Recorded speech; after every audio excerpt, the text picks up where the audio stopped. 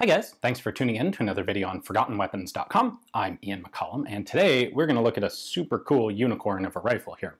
I do want to point out first, however, that I'm filming this in conjunction with the pre-sale release of my first book, Chassepot to FAMAS, French Military Rifles, 1866 to 2016, and you should definitely go over and pre-order yourself a copy. If you're here watching this video, you're probably interested in either my work or French military rifles or small arms development in general, and you'll enjoy the book.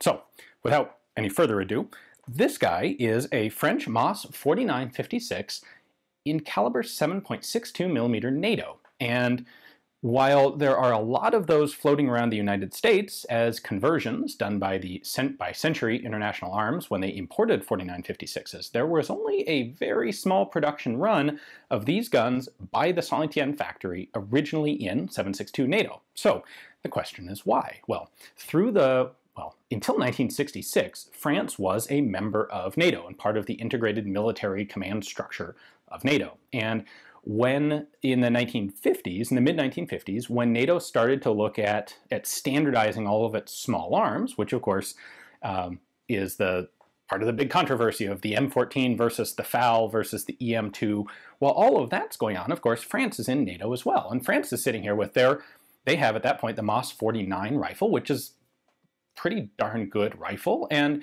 it's also a rifle that would appear to be very readily convertible to this new American T65 cartridge that's going to become 7.62 NATO, because it's already got the same diameter bullet, it's very close in bullet weight, in muzzle velocity, should be kind of an easy thing to do. So during this time period, the French are doing a couple things. They are looking at developing a brand new rifle that's going to be a little more modern and be better and faster and cooler and all that sort of stuff, as a way to integrate into NATO with 7.62 millimeter NATO ammunition.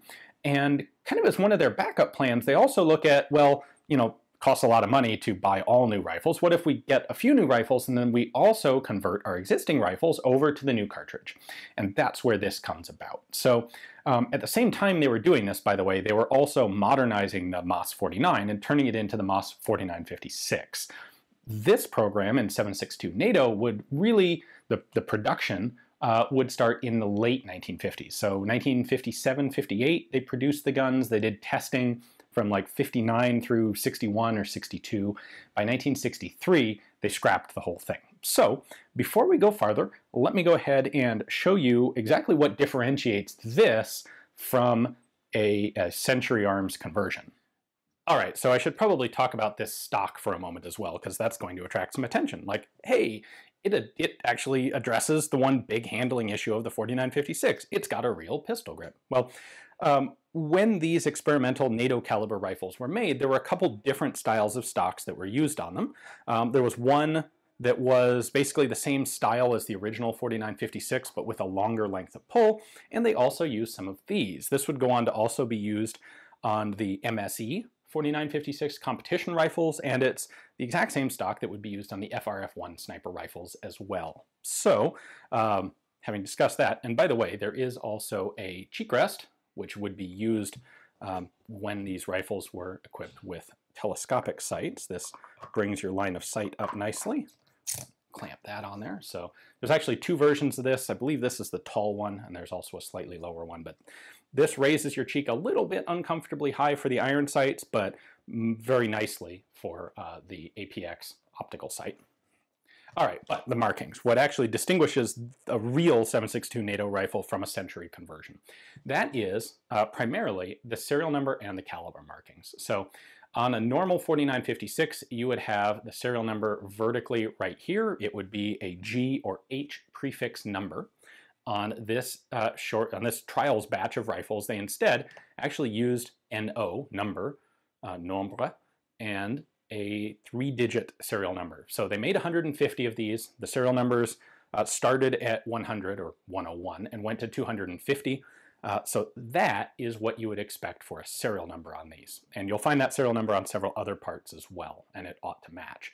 In addition, the caliber markings, where this would, a normal 4956 would be Cal 7.5, this is Cal 7.62N, and what Century did on theirs was they took 7.5, they overstamped the 5 to be a 6, They added a 2, and they'll often be marked 308 as well. So it's, once you know what to look for, it's actually really easy to distinguish the real one from one of the Century ones. Now, it's very unlikely that one would simply run into one of these guys like randomly at a gun show, because there's only something like 8 or 10 of these that were imported into the United States. All right, let's go ahead and take this apart. We'll start, actually, the magazine here is actually marked MOS 762N. However, as far as I can tell, there is absolutely no difference. And from what I've been able to find in the literature, they expected that the magazines could be used without changes, and so they didn't make any changes to the mags.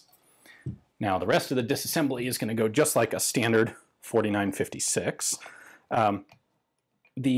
The people who have Century Arms conversions typically will complain about a couple of problems. They'll complain about stuck chambers. They'll complain about slam fires if they don't replace the firing pin. And interestingly, these are the exact same problems that the French military ran into. How, what a shock. So they originally thought that this would be a really simple conversion because the cartridges seem so similar. However, as it actually turns out, the powder that's used was used in the 7.62 NATO ammunition had a substantially faster burn rate than the powder that the French had been using in their 7.5x54 ammunition. And that 7.5 was what they had designed this whole rifle's operating system around. So when they started using 7.62 NATO, they found basically chamber pressures were a lot higher than they expected, bolt velocities were higher than they expected, they had a lot of parts breakage as a result, they had problems with soft NATO primers causing double strikes and slam fires, and they had problems with cases getting stuck.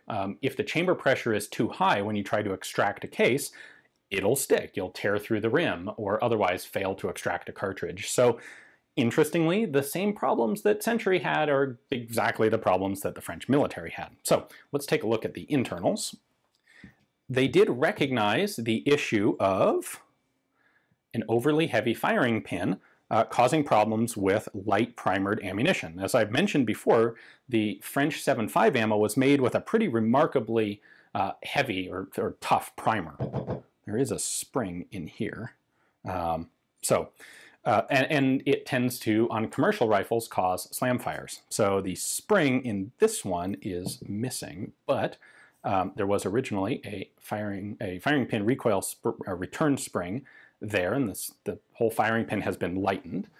So here is a regular MOS 49 or 4956 firing pin, and there is the modified 7.62 NATO version. So a lot lighter. We do also have a 7.62 NATO marking on the bolt, and it's interesting to me to note that the cam surface here that helps run the bolt is totally squared off compared to a regular 4956 here that's kind of curved.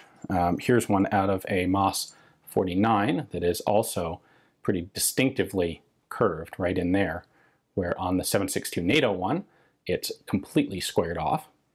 The bolt face has been changed just slightly. Notice how the firing pin hole is smaller in diameter to accommodate that smaller NATO firing pin. And the recoil spring is actually a little bit short. This is something also that Century did, and if you read online, you'll find a lot of people calling Century blithering idiots for cutting like a couple coils off their recoil springs. Well, if we line up 3 of these as they came out of rifles, that's a 49, that's a 4956, and that is our NATO caliber example. Just like 2 coils shorter than a standard recoil spring. Century didn't do that for no reason, they did it because that's what the French had done. I don't know if you can make it out here, but it's also interesting that these little side plates, these are just there as covers. So you have to machine out basically this hook, which serves to unlock the bolt on the whole MOS series of rifles. And on the standard production ones, they have these little metal cover plates that slide in there just to prevent crap from getting in without having, and it makes it much easier to actually manufacture the gun to be able to just cut this all the way through and then put a little cover plate over it. So on these, we've got kind of a rounded corner right up in there and those metal cover plates. On the NATO caliber one, they actually used a plastic for that cover plate. And you can see that they've made a square cut that then has a big radius in it to avoid creating a stress concentration, which is interesting. Presumably part of their attempt to get away from some of the parts breakage that plagued these rifles. So speaking of parts breakage, the standard that the French military bureaucracy wanted to hold these rifles to was 6,000 rounds without any parts breakage. And they were, by 1962 or so, they were unable to reach that. And at that point, this whole program was scrapped. I find it a little predictable and rather entertaining that the problems that the French had that led to them abandoning this concept because of port pressure, basically, are exactly the same sort of problems that people typically report with Century Arms conversion guns. And they'll often blame this on poor conversion work done by Century, and that may contribute to it, but the French military spent several years working on this problem, and they ended up just scrapping it. They realized, you know what, it would require so much modification to the rifle that it's just not cost effective, and it's not worth it, and we're not going to bother. So that leaves these 150 rifles as a really cool little piece of history from the original French NATO experimentation. Well, hopefully you guys enjoyed the video and learned something about a cool new rifle. If you're interested in this and all of the other small arms the other rifles that France used from the Franco-Prussian War through basically present day in Central and Northern Africa, you should head over to Kickstarter, check out my book, and order yourself a copy. We have a whole bunch of, we have 3 different versions of it available. We have a special Kickstarter only edition that you will only be able to get as part of this pre-sale. So that's of course pretty cool. Well, if nothing else, just go over and take a look at the awesome photography that's in the book. Thanks for watching.